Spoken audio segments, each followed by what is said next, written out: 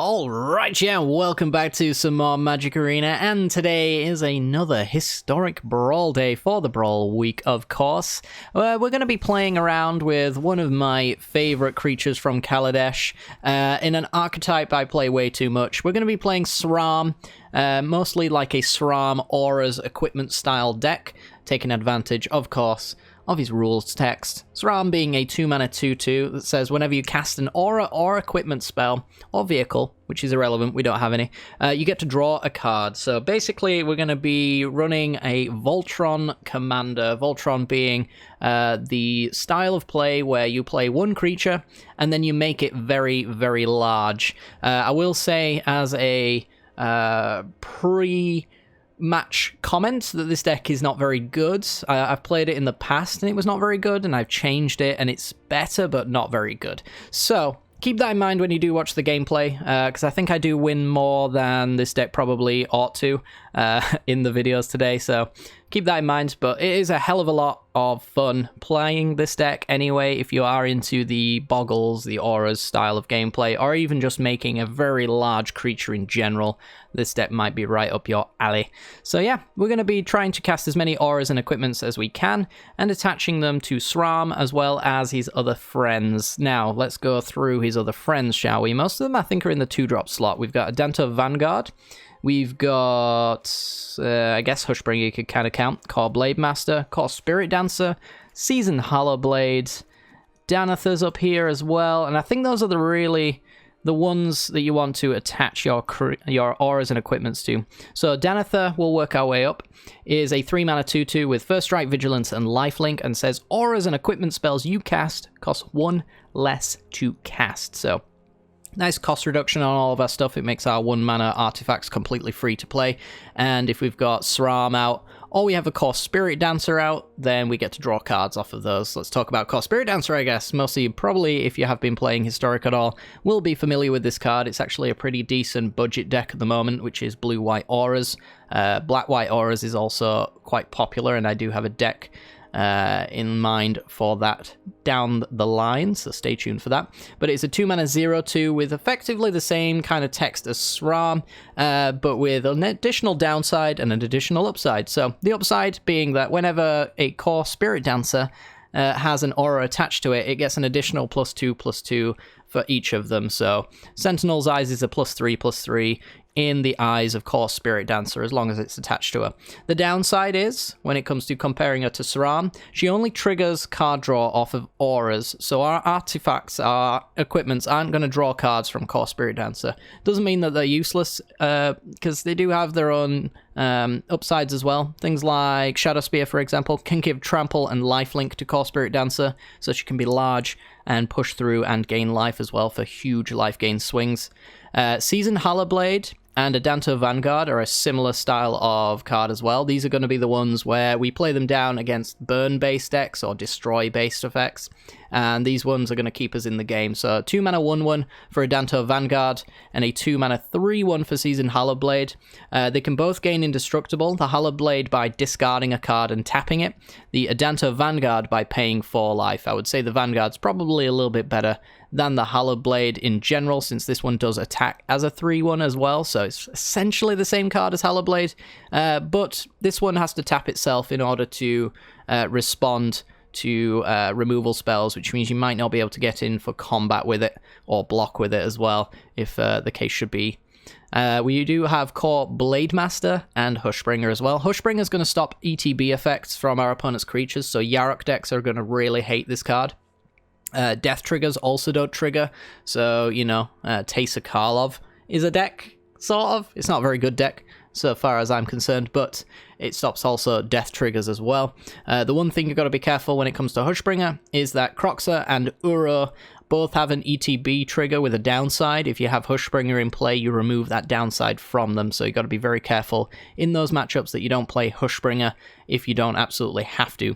Core Blade Master gives equipped warriors double strike. I believe Core Blade Master and Seasoned Hollowblade are the only warriors in the deck, so really what it is a 2-mana 1/1 with double strike that can occasionally give Hollowblade double strike as well. if it's equipped. So that's something to keep in mind. There is a duelist fencer, I think. I think he's called a fencer. Fencing Ace, that's the one. It's essentially the same card as Core Blade Master, but this one can obviously occasionally pump up the Seasoned Hallowed Blade, which just makes it strictly better. So that's why that card's in here over anything else. So once we've got our equipments on our stuff, by the way, Trample, Lifelink +1/+1, Hexproof, kills Death Touch creatures. The big ones are going to be Black Blade Reforged, and all the glitters. This one gives +1/+1 for each artifact and enchantment you control, the best one, strictly. And the Black Blade Reforged equips the legendary creatures and gives +1/+1 for each land you control. Those are going to be the powerhouse artifacts and enchantments. I'm not really going to go into the rest of them, though. You'll probably see them as we go. I just want to talk a little bit about how we actually stay alive, and that is through many protection spells. So we've got Fighter's One, we've got Alseid, we have God's Willing, Garamitra's Blessing, Selfless Savior, and Sajiri Shelter, and I think that might be it. Is that it? I think that's it. Alright, these spells are going to help you keep Saram alive, so once you've equipped up your big creature, you want to make sure that he doesn't immediately die. Alseid, you can sack it to give protection from the colour of your choice, as long as it's not white, it's pure upside. Fighter's One can give a +1/+1 to a human and a non-human. Saram is a dwarf, so he does not get the human side of things, but we do have Danitha, Seasoned Hallowed Blade as our humans. Other than that, though, these are the only two. So mostly this is going to be a single targeted Fighter's One, but it has its nice upsides anyway. God's Willing gives protection from the colour of your choice until the end of the turn, so same as Alseid, but it has a scry attached to it. Karamitra's Blessing, +2/+2, and if it's enchanted, it gets hexproof and indestructible, very powerful. Selfless Savior sacks itself to give indestructible to a creature, and Sajiri Shelter is a land that is also a protection spell. So we're going to want to have one of those in our opening hand, if at all possible. Want to have our SRAM 3 lands-ish, so that we can play SRAM on turn 3 if we're afraid of removal, and then hold up in one of our 1-mana protection spells if at all possible. That's essentially the idea of the deck. I don't want to rabble any further than this, because we do have a pack opening. So, before we get into the gameplay, let's open up some packs, shall we? I've got Zendikar Rising. See what it gets. Nice rare wild card. Nice, nice. Agadeem's Awakening's actually a pretty good one. This is one of those few mythic lands from Zendikar that I think you want a full play set off most of the time. The rest of them are kind of iffy here and there, I guess. It depends, though. Obviously, each deck speaks for itself. As far as the Kaladesh is concerned, Brawl's Expertise is a nice one. It's not fantastic for Historic, but Historic Brawl is pretty good. Licensed Disintegration's very good for the Niv Mizzet deck we posted in Historic not so long ago. This one will go in as an extra Rakdos card. And finally, we have Creeping Mold, Land Destruction. I'm kind of in the mood to do Land Destruction. I don't know if I'd play Creeping Mold, but the option's there anyway. But yeah, without further ado, let's get into some gameplay, shall we? And if you do enjoy the content, make sure to hit that like button and subscribe, and let's do this. This video is brought to you by the generous support of our wonderful patrons and channel members that you see here. If you'd like to support the channel and get access to cool content like sneak peeks, bonus videos, polls on future content, or access to a personal deck critique from myself every month, then hit the join button down below, or check out the Patreon link in the description. With all that said, let's get into the gameplay.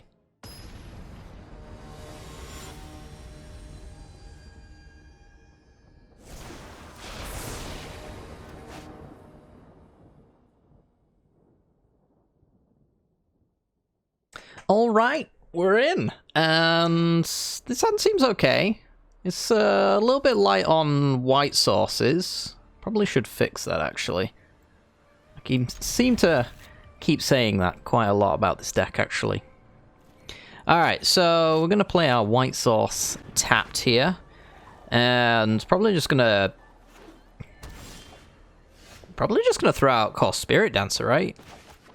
It's better than SRAM in this situation.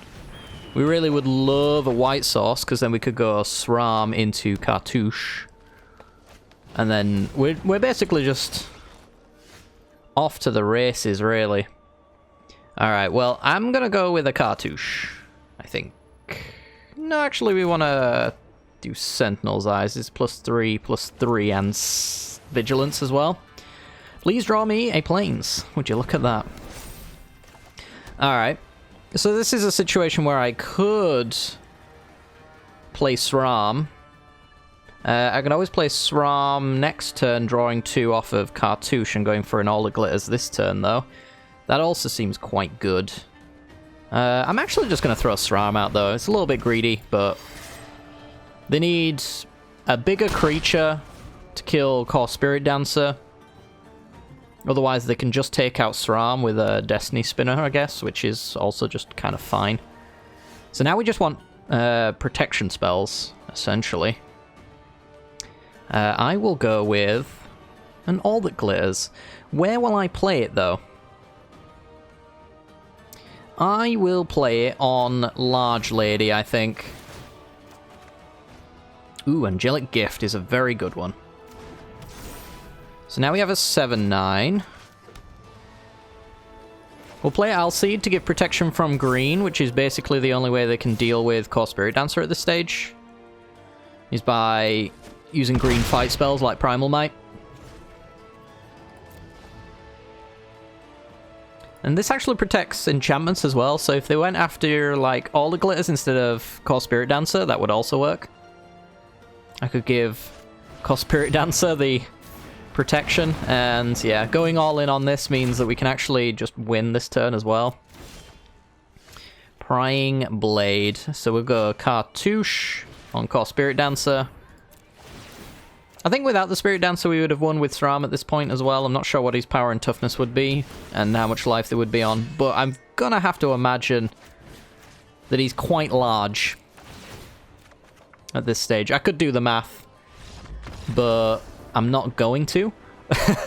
So, you know, it is what it is. We just kind of aura'd someone to death in Historic Brawl. Good stuff. Next game.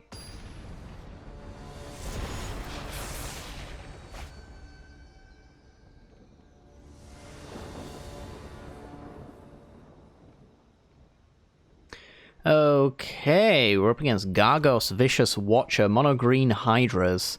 This hand seems pretty good. Seasoned Halberblade is like the thing that you want to attach to, because you can just discard and gain Indestructible.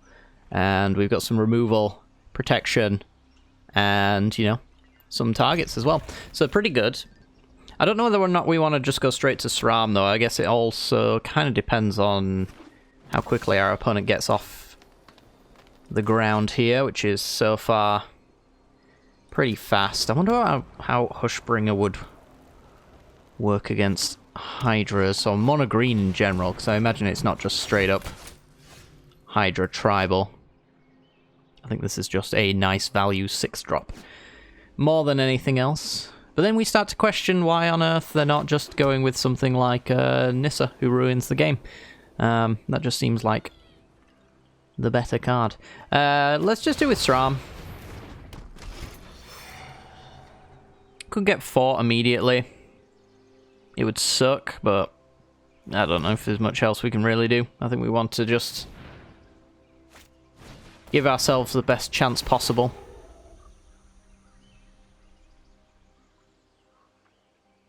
Of being able to dig into super mode. Lotus Field. Alright. Not really taking advantage of Leyline of Abundance. Even slightly at the moment. We'll take 3.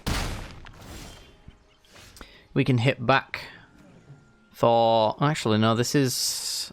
Yeah, this is just a +2/+2 until we get a little bit more, don't we? Alright, so let's go with the Plains. I mean, a +2/+2 is not bad, though, is it? Realistically.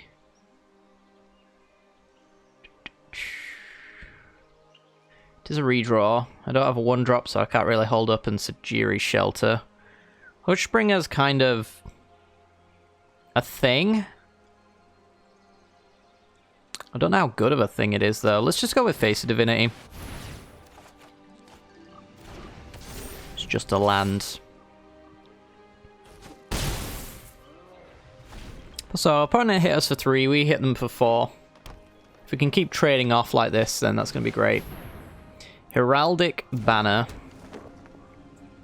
So this is probably where it starts getting sketchy. Because not only could they have, like, rabid bites and things like that to kill SRAM right now, they're also one land off of Gargos. And I need to be large enough to make Gargos not matter when it fights my SRAM. A Mirror Shield is quite possibly the best thing that we could have drawn to solve that problem. Fighters 1 is also very nice. Yeah, we just want to suit this up now, I think. And we swing for 4, they swing for much more. Where is dealt damage? Put that many counters on it. Yeah, I think we'll pass until we can give, like, Vigilance or something like that. So they got their land, which means... Oof. It means Galter, apparently.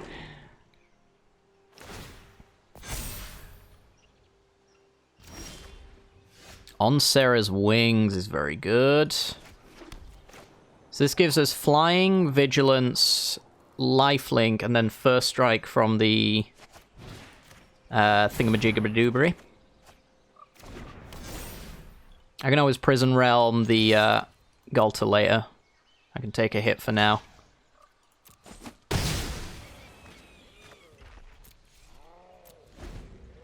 I could even try to trade off the Wild Bomb Preserver as well, potentially, with their Fighters 1. If, for some reason, they manage to get their creature large enough, which they haven't.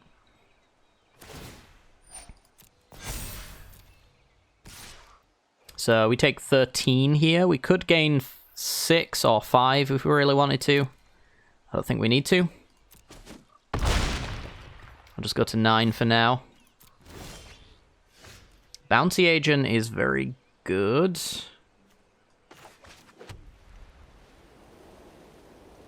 So let's Prison Realm. Let's use the Scavenger Grounds up. Prison Realm the Galter.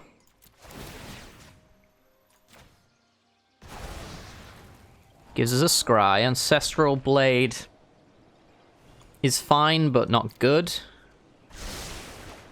And then we'll go with Bounty Agent. And swing again for 5. Bounty Agent can sack itself to kill Gargos. It's also a human, so we can do human and non-human on Bounty Agent and SRAM with Fighters 1. So we're a little bit protected from our opponent's fight spells if they have them. Iron Scale Hydra. If a creature would deal combat damage to Iron Scale Hydra, prevent that damage and put a counter on it.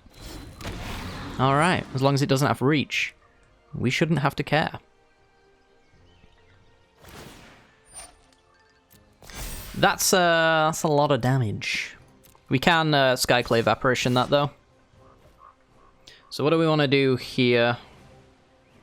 I'm pretty much going to have to block, I think, so let's just double block, play Fighters 1. So block and block. Fighters 1. Select both. You get indestructible, and you get indestructible.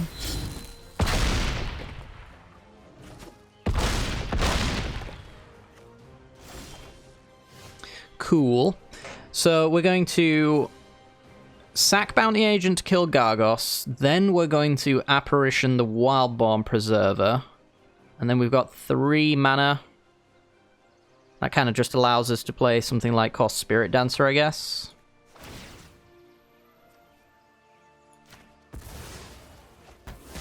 So get rid of you. For a little while. Let's use our colorless. Skyclave Apparition. Get rid of the biggest creature on the board. Nice investment, opponent. And then, I think we just go for Cost Spirit Dancer. And we try not to care about what our opponent's doing necessarily, so we're just going to get rid of the protection spell. Could be a mistake, but I don't think it is.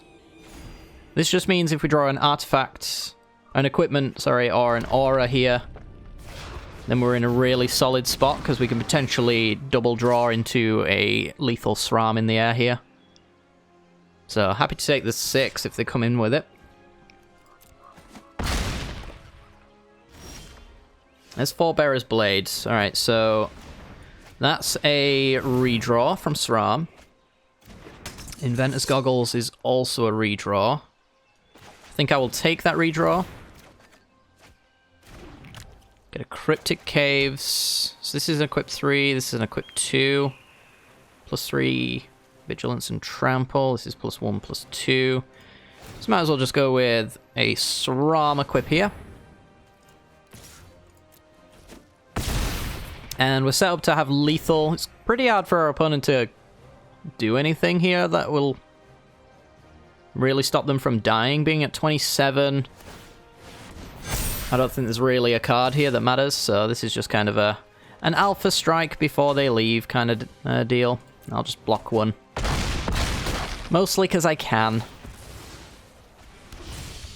Give them the 2-2, and then swing for 8 in the air. Nice. Nice. Interesting little deck from our opponent, though.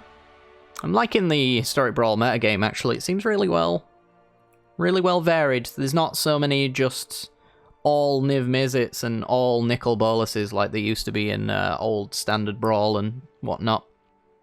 I seem to see a new commander every time, which is cute. I like it.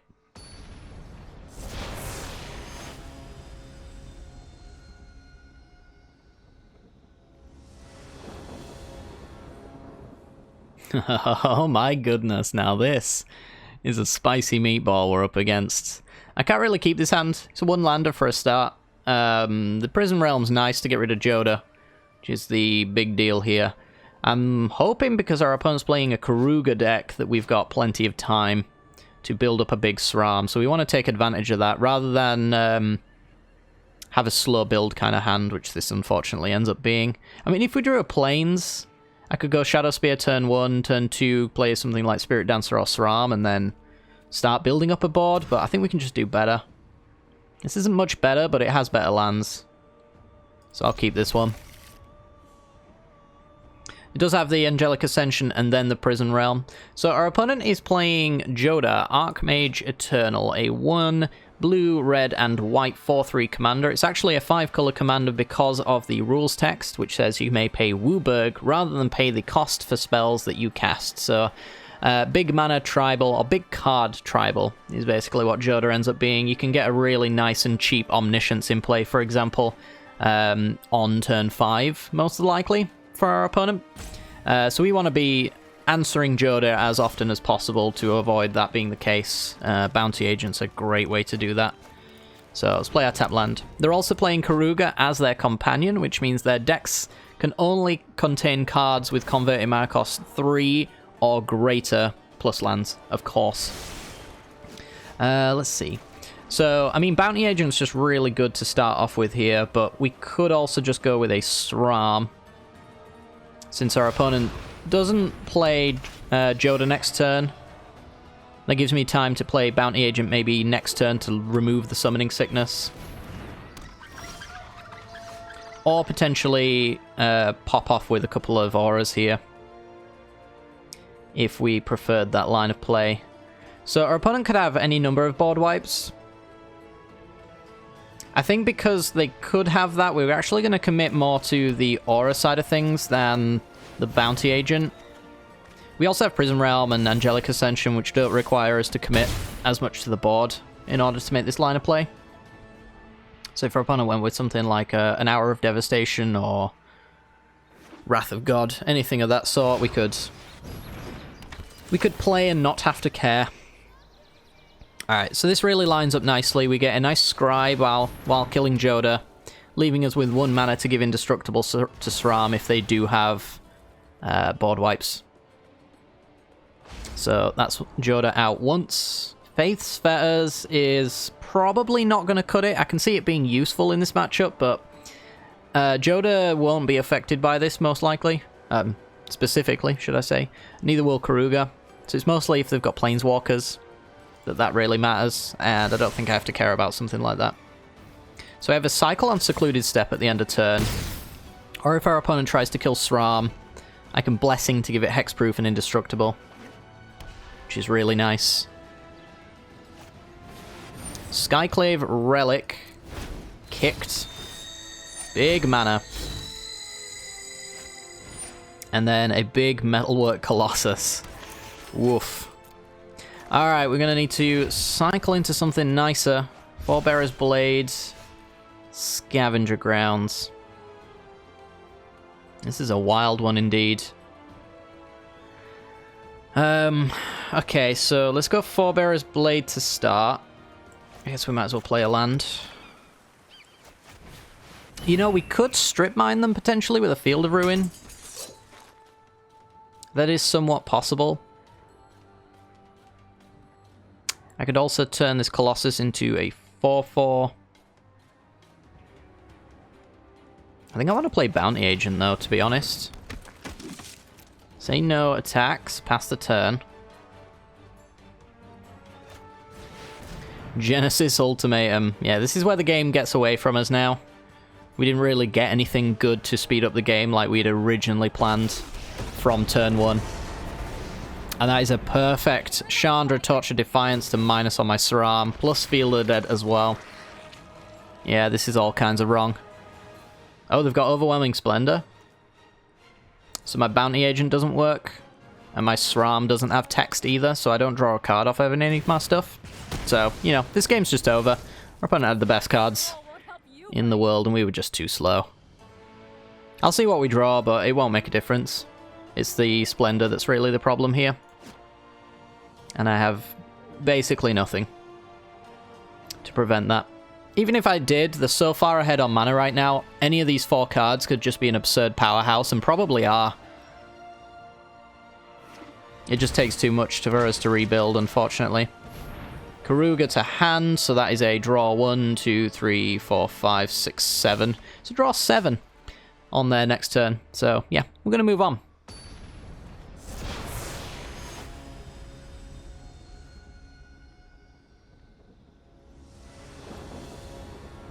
Alright, we're in, and we're on the play with what I would consider a fine but not great hand. Angelic Ascension takes care of Nicol Bolas the Ravager, sort of.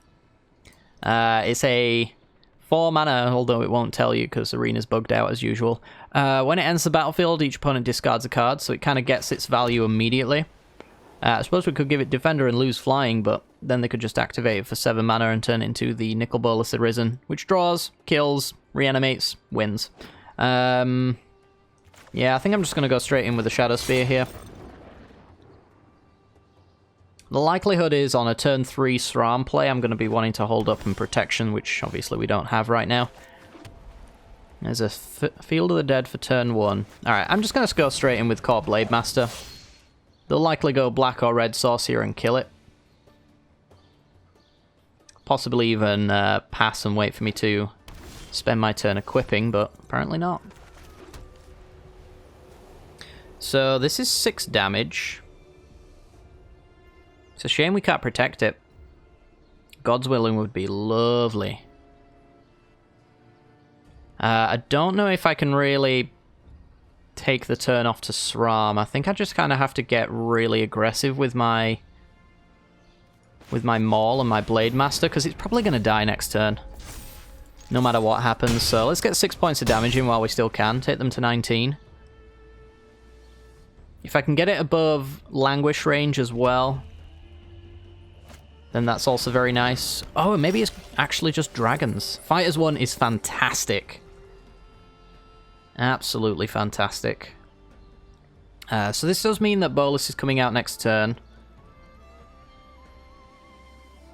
I could turn it into 8 points with the Shadow Spear.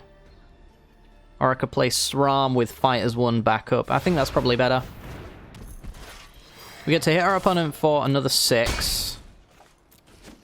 We can protect against single target removal. Hour of Devastation's a pretty bad board wipe for us though, because it does remove Indestructible. And we can only protect one creature with this, because Core Blade Master and SRAM, neither one of them are humans.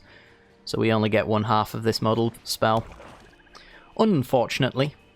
Also Languish, as we've mentioned, is pretty bad. We don't like that. Sarkhan Fireblood for our opponent, though. And then this will be a tick up for 2 mana. Play Bolas, most likely. Which is a really nice turn for them. We're going to get rid of Sky Tether. Seems like a really bad matchup kind of card here. Although it does let me kill Sarkhan. I'm actually able to kill Sarkhan anyway with the equipped Shadow Spear on Core Blade Master, so it's not too bad. Alright, let's get rid of Sky Tether then. Cartouche. Yeah, we're just going to equip here. This gives Trample, Lifelink. So I can trample through and kill Sarkhan and kill Nicol Bolas if they block. So that's very nice. I mean, I could send it straight at them, but I don't know if that's necessarily the right thing to do. I guess I hit them for 8. I have protection with Fighters 1. I can remove something from combat with Angelic Ascension. And I also have the Cartouche. Yeah, actually, I don't think I care about Sarkhan all that much. I think I'll just hit our opponent for 8. Try and close this game out next turn. So we put them to 5. We could try for the Cartouche into a land, but I don't think it's worth it. Pretty sure we did not play a land that turn. Nope, doesn't appear so. Alright, so they're going to draw with Dragon's Horde. I think they're looking straight for removal for Core Blade Master. Discard. Yeah, this is a panic dig right here if I've ever seen one. They're going to need something really specific if they've only got one removal spell on hand. That is Sarkhan the Masterless. Okay, that's fine. They can minus and make a dragon.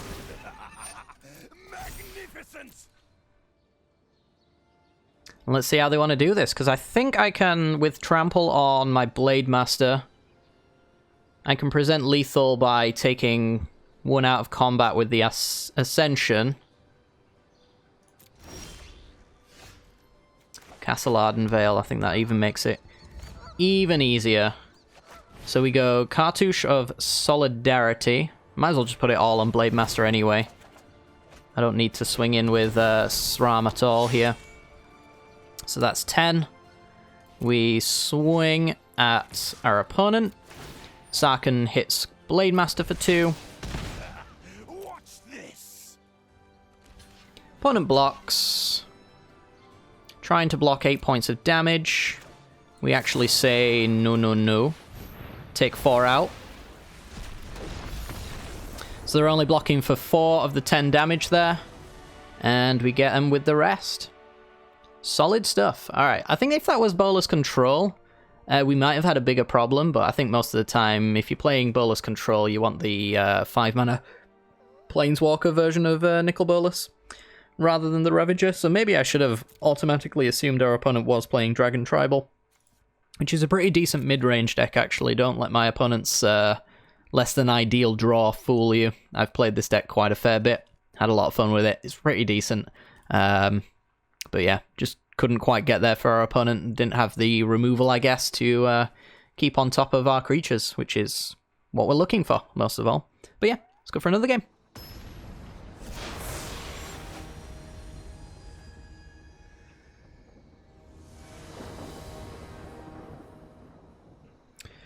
Alright, we're in, and this hand seems okay.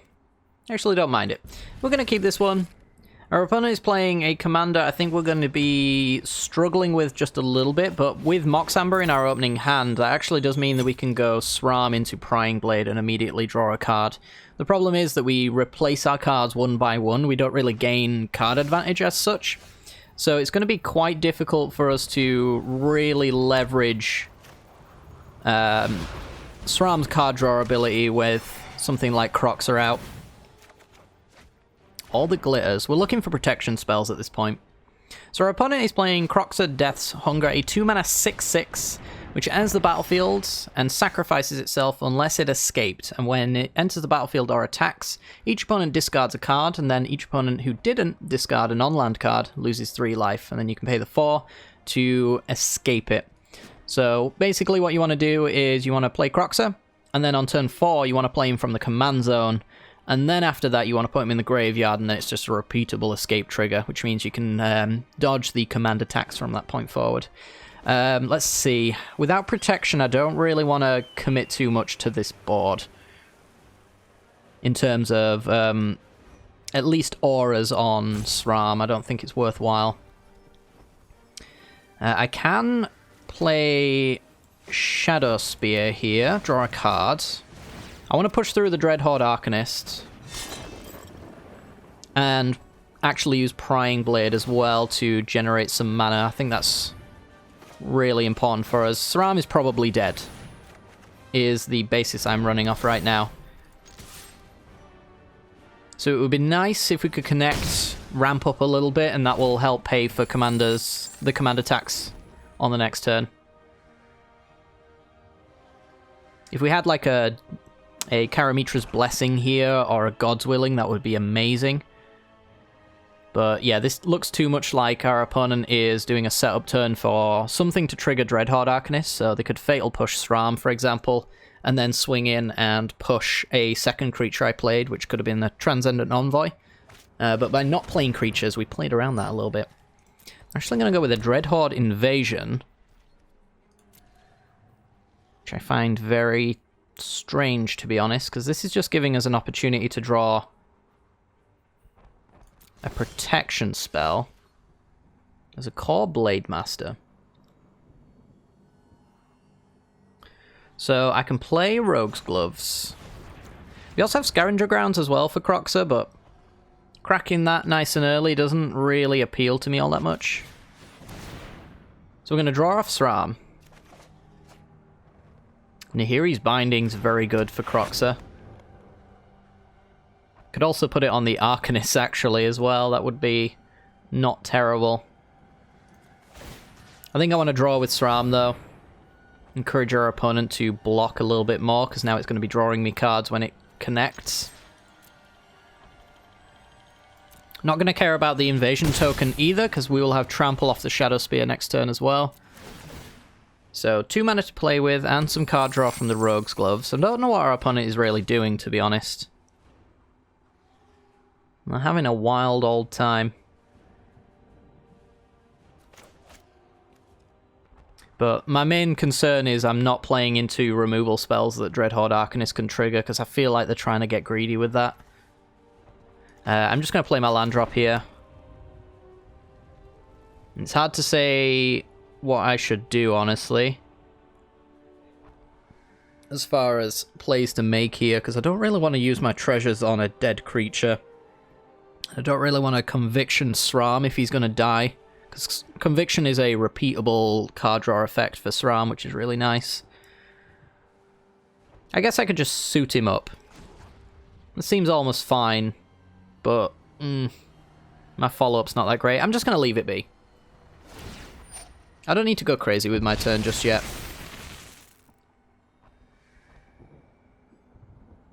Like, we could do a big tap out. Keeping these treasures around also pumps the Auric Glitters, so I could do like an equip with the Shadow Spear, giving Trample to SRAM. Yeah, those are the kind of cards I'm worried about. So they could Spark Harvest, and I think this is why they were getting greedy with the Dreadhorde Invasion, because they wanted to just sack the token. And now if I played a backup creature here, Dreadhorde Arcanist could come in and kill that creature as well, leaving me kind of stranded. Conviction would be in the graveyard now.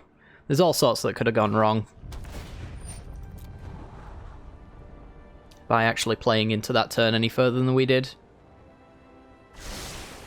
The biggest shame is that we don't actually have protection spells in our hand right now. That's the annoying part. Alright, I'm going to get rid of Transcendent Envoy. I think Blade Master's just a little bit better. And I want to keep the binding for Croxer's escape, if he actually does end up escaping at this rate. Which is questionable at best. We can't really play SRAM until Arcanist is dealt with, though. For exactly that reason, unless we went with the Scavenger Grounds, but then we can't cast SRAM anyway, so... It's a weird one. Hello.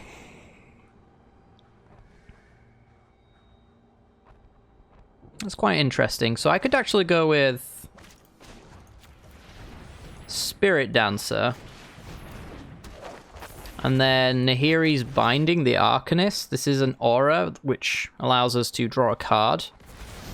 Still looking for that protection spell. It's a land drop for the turn. What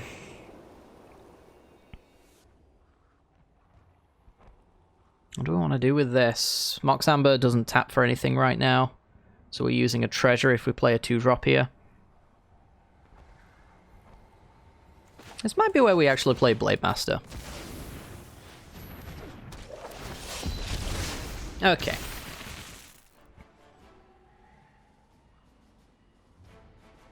We've got so many ways of protecting our creatures here, we just cannot seem to find them.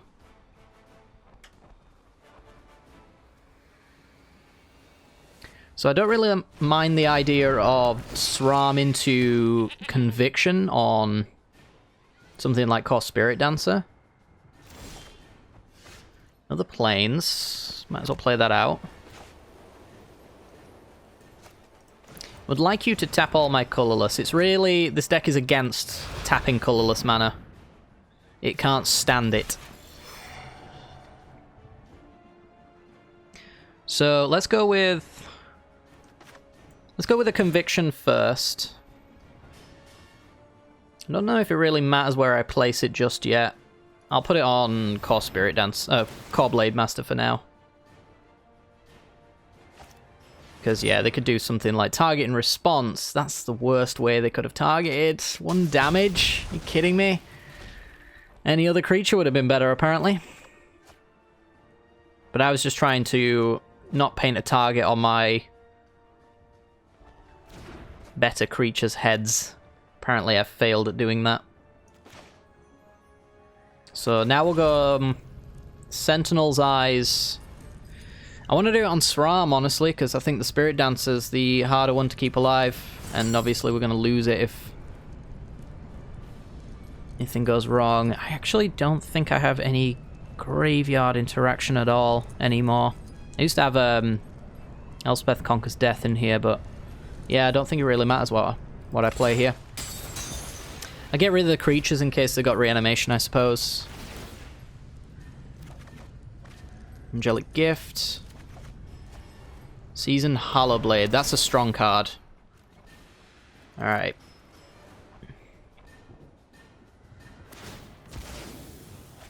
So they're going to get rid of the Arcanist. 1 to the top.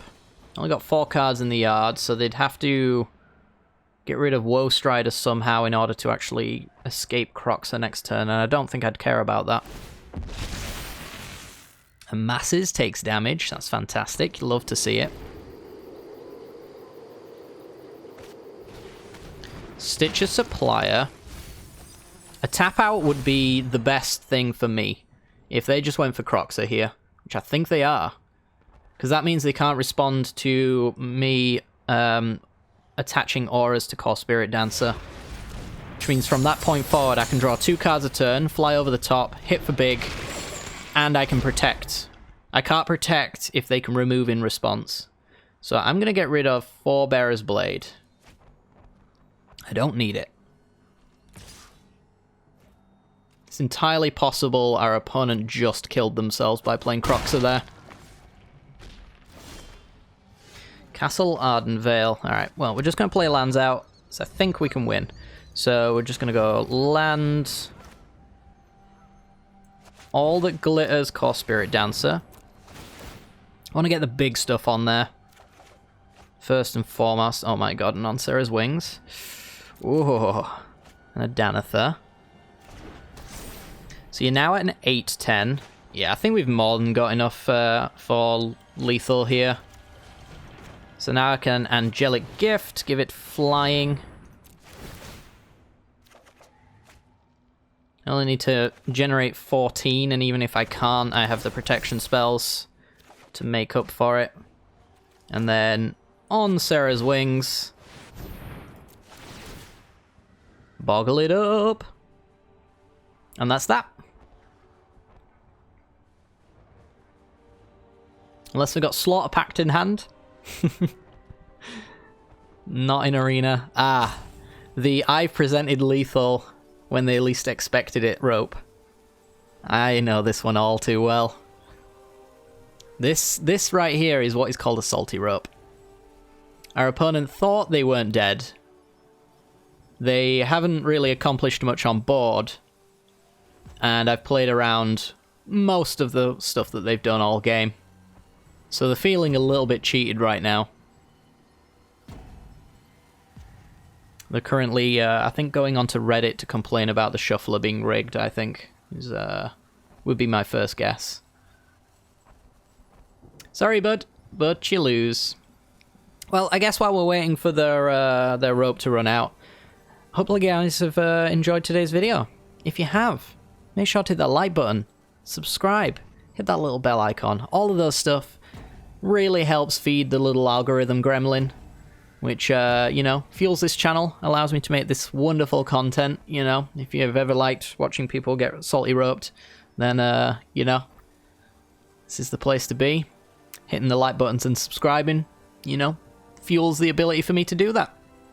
This deck, overall, I would say is quite mediocre. We've had some good games with it today, though. I won't lie. These games have looked pretty good. Some of them not so much. Some of them have been quite dirtly, which is mostly what I expect from the deck.